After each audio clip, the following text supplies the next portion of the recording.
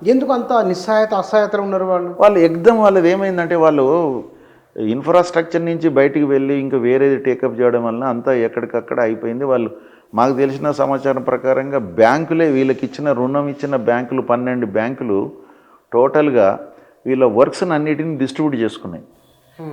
ఈ వర్క్లో వచ్చేది నీకు, ఈ వర్క్లో వచ్చేది నీకు అని బ్యాంకు అంటే దివాలా కంపెనీ ప్రకటించారు వాళ్ళు. ఇక చేసుకొని ఈ బ్యాంకు అనేది ఐసిఐసిఐ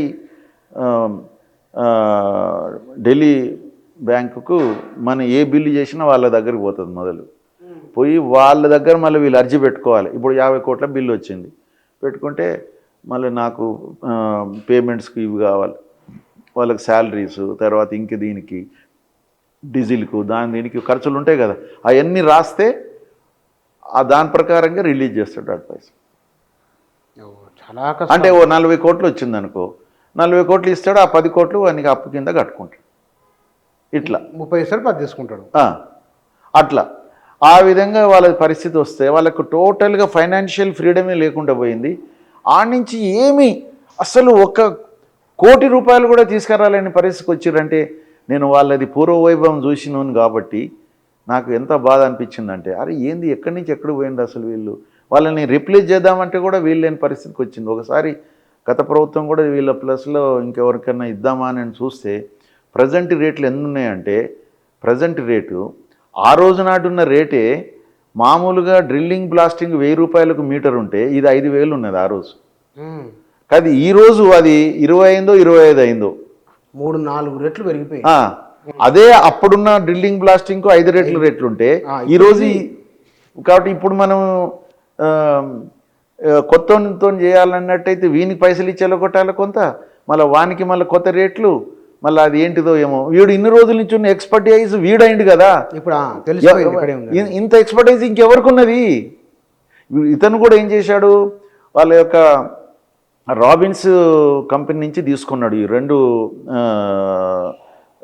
TBMస్ని, టన్నల్ బోరింగ్ మెషిన్. మనకు తెలిసిన కాడికి ఏంటంటే ఆ రోజు 250 కోట్లకు ఒక TBM, అమెరికన్ కంపెనీ. అయితే వాళ్ళకి ఇది సబ్ కాంట్రాక్ట్ ఇచ్చండి అఫీషియల్గా మాకు ఇచ్చి, ఏది డ్రిల్లింగ్ ఐటమ్ వర్క్, డ్రిల్లింగ్ మొత్తం వాళ్ళకు ఉపచెప్పడం జరిగింది.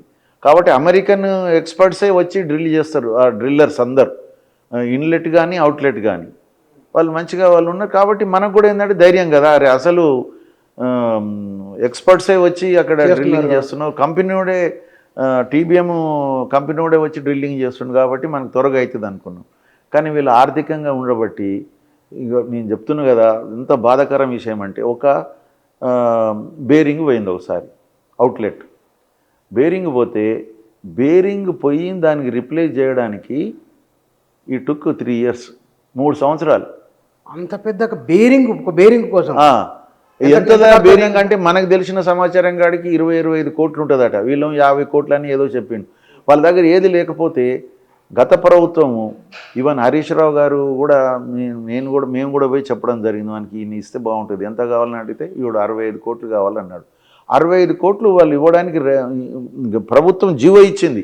కానీ నీవు 65 కోట్లు నువ్వు అడ్వాన్స్ తీసుకోవాలంటే 65 కోట్ల మంది నువ్వు బ్యాంక్ గ్యారంటీ చూపించాలి, అంతే కదా, బ్యాంక్ గ్యారంటీస్ చూపించాలి. ఇప్పుడు బ్యాంక్ గ్యారంటీ చూపించలేకపోయిండు, ఓ 45 కోట్లకు 50 కోట్లకు చూపించగలిగిండు. ఇంకా చూడండి పరిస్థితి, అన్నీ ఎక్కడెక్కడ సీజ్ అయిపోయినాయి కదా వాని పరిస్థితి అది. ఆ విధంగా బేరింగ్ తీసుకొచ్చి ఆ బేరింగ్ పెట్టి అది కొన్ని నెలలు నడిచింది, మళ్ళీ పోయింది అది. ఇప్పుడు 2023 నుంచి ఫిబ్రవరి 23 నుంచి బేరింగ్, ఆ పాత బేరింగ్ అది పోయింది కదా, ఇప్పటి వరకు బేరింగ్ లేక పని ఆగిపోయింది. 2 సంవత్సరాలు అయింది ఇప్పటి వరకు, 2 ఇయర్స్. ఏమైనా ఆర్డర్ ఇచ్చినామంటారు, ఆర్డర్ లేదు. మళ్ళీ ఈ కొత్త ప్రభుత్వం వచ్చినాక వీళ్ళు ఈయన పైసలు ఇస్తే ఆర్డర్ ఇచ్చారు, ఆలోపు జరిగింది, ఆర్డర్ ఇచ్చిండ్రు. అది ఇంకా వస్తూ ఉన్నది, నవంబర్ నుంచి ఇక వచ్చే అన్నారు. ఒకసారి పేపర్లో కూడా వచ్చింది, కదిలిన సొరంగ బేరింగు అమెరికా నుంచి వస్తున్నది, ఇక త్వరలో కాబోతున్నది అన్నారు. ఇంతవరకు బేరింగ్ నాకు నిన్న తెలిసింది ఏంటంటే ఏదో చెన్నైకి చేరిందట నిన్న మొన్న. అది తెచ్చుకోవాలంటే వీని దగ్గర పైసలు అయిపోయినాయి, ట్రాన్స్పోర్టేషన్ మళ్ళీ గవర్నమెంటే ఇవ్వాలి.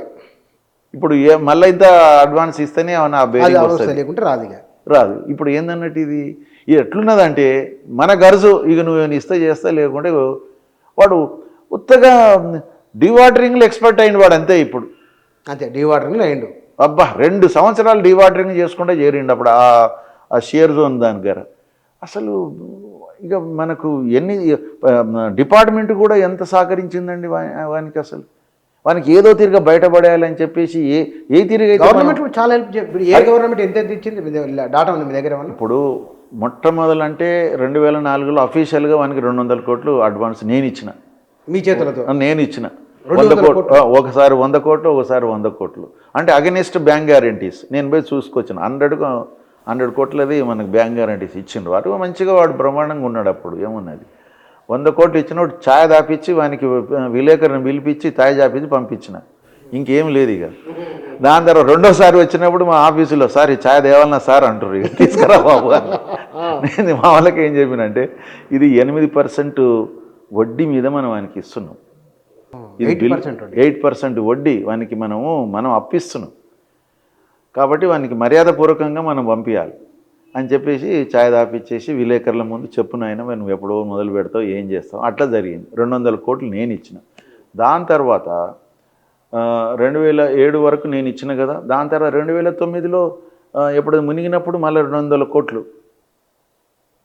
అటు ఇన్నర్ సైడ్ మునిగింది కదా, మళ్ళీ 200 కోట్లు. దాని తర్వాత వీనికి మళ్ళీ బేరింగ్ కావాలి, అది కావాలి, ఇది కావాలంటే మళ్ళీ 100 కోట్లు. తర్వాత మళ్ళీ 65 కోట్లు గత ప్రభుత్వం. అసలు అది కాకుండా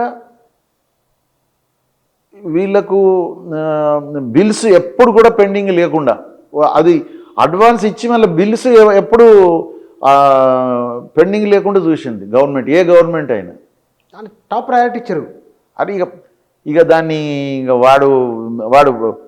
వాడు ఏంటంటే డ్రిల్లింగ్ చేయలేక వాడు బిల్లు ఎక్కువ తీసుకోలేకపోయింది, కానీ చేసిన పనికి ఎప్పుడు కూడా ఆపింది లేదు.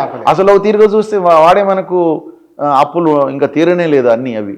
తర్వాత వండర్ఫుల్ గత ప్రభుత్వం చేసింది ఒకటి గొప్పతనం ఏంటంటే, ఏ ప్రభుత్వం ఇండియాలో ఏం చేయకుండా బీఆర్ఎస్ ప్రభుత్వం గత ప్రభుత్వం ఏం చేసిందంటే రియల్లీ ఐ షుడ్ అప్రిషియేట్, ఒక క్యాబినెట్ డెసిషన్ తీసుకున్నదండి. అంటే ఎందుకంటే మేము పోయి సతాయిస్తున్నాం కదా, వాడు నాకు చెప్పుడు అదేందో ప్రాజెక్ట్ నాదైనట్టు నాకే ఫోన్ చేసుడు, ఆ ఏజెన్సీ కూడా నాకే ఫోన్ చేశారు, సార్ మీ ప్రాజెక్ట్ అయిపోయింది. నా ప్రాజెక్ట్ అయిపోయిందట. ఇక మళ్ళీ మేము మా రిటైర్డ్ ఇంజనీర్లను తీసుకొని మినిస్టర్ దగ్గర పోవడము, లేకుంటే సుఖేందర్ రెడ్డి గారి దగ్గర పోవడము, లేకుంటే ఆ చైర్మన్ దగ్గర పోయి ఆ విధంగా మేము టోటల్గా మళ్ళీ అప్పుడు హరీష్ రావు ఫస్ట్ టర్మ్లో 18 వరకు హరీష్ రావు గారే ఉంటుంది కదా. దాని తర్వాత క్యాబినెట్లో ఎలక్ట్రిసిటీ మినిస్టరు మన జగదీష్ రెడ్డి గారు. ఇక మేము అంటే ఆయన్ని సతాయిస్తుంటాం కదా. ఇక లాస్ట్కు డిపార్ట్మెంట్ వాళ్ళు కూడా సజెస్ట్ చేసింది ఏంటంటే, సార్ ఇది ఒకటి నిర్ణయం మేము చెప్పినాము, వాళ్ళు కూడా అట్లనే చేసుకున్నారు. అతను అంటే మనం కాదు, మనమే అతని బిల్లులో పవర్ బిల్స్ ఏవైతే ఉన్నాయో మనం కట్ చేసేసి డైరెక్ట్గా మనం పవర్ బిల్స్ మనం పవర్కు పంపించిన బ్యాలెన్సే వానికి ఇద్దాం. ఇప్పుడు 100 కోట్లు వచ్చింది బిల్లు, అందులో పవర్ బిల్ ఎంత ఉన్నది, ఆ పవర్ బిల్ మనం తగ్గించేసేసి 80 కోట్లో 85 కోట్లో మనం అతనికి ఇస్తాం, మిగతాది వీళ్ళకి ఇస్తాం అని చెప్పేసి మీటింగ్లో మన క్యాబినెట్ మీటింగ్లో డెసిషన్ తీసుకున్నారు. డెసిషన్ తీసుకొని అప్పటి నుంచి ఇతనికి ఇక అంటే నాకు ఫోన్లు రాలేదు, ఏదైనా సార్ నాది ఇది కట్ అయింది అది కట్ అయింది అని లేదు. ఇక అప్పుడు నుంచి ఇప్పటి వరకు నాకు తెలిసిన సమాచారం ప్రకారంగా దాదాపు 100 కోట్ల దాకా పవర్ బిల్స్ కట్టలేదు ఆయన. ఇప్పుడు మనమేమో మళ్ళీ మన దగ్గర బతలాడుకొని కట్ కాకుండా చూసుకొని మళ్ళీ బిల్లులు తీసుకున్నాడు, మరి అతనికి ఇవ్వలేదు. అట్లా ఉన్నాడు. అంత సాహసం ఇంకేం కావాలండి, ఇంకెంత చేస్తారండి? ఈపీసీ కాంట్రాక్టర్ మొత్తం వాడే చూసుకోవాలి.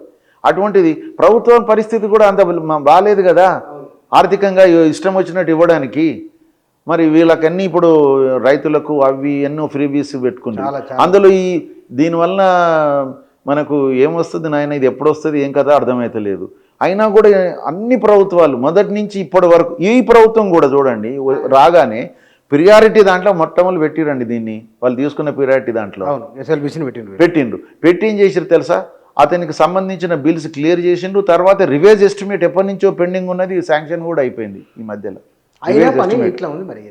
మరి ఈ తీరుగా వీళ్ళు కూడా ఎంతో శ్రమ చేసి అసలు కోమటిరెడ్డి వెంకటరెడ్డి గారు వీళ్ళకు మన అమెరికాకు వచ్చినప్పుడు ఆ రాబిన్స్ కంపెనీకే పోయిండు అసలు ఇంకా బేరింగ్ ఎందుకు వస్తలేదని తెలుసుకోవడానికి. ఏమన్నా ఏం ప్రాబ్లం ఉన్నది చెప్పండి, అసలు ఏమన్నా పైసలు ప్రాబ్లం ఉందా, మేము అరేంజ్ చేస్తా అని కోమటిరెడ్డి వెంకటరెడ్డి గారు ఆ కంపెనీకి పోయి చెప్పొచ్చిండు కదా, మేము చూసుకుంటాం మీకేమన్నా ప్రాబ్లం ఉంటాయని. ఒక మంత్రిగా పోయిండా, ఒక మంత్రిగా. ఆయన అమ్మడి సి అజయ్ కూడా వెళ్ళి అక్కడ మాట్లాడి మాట్లాడి మేము ఇంకా ఎమ్మడే పంపిస్తాం, మీరు లేట్ చేయకండి అది అంటే పంపిస్తాను అన్నారు. ఇది జూలైలో పోయినరు వాళ్ళు.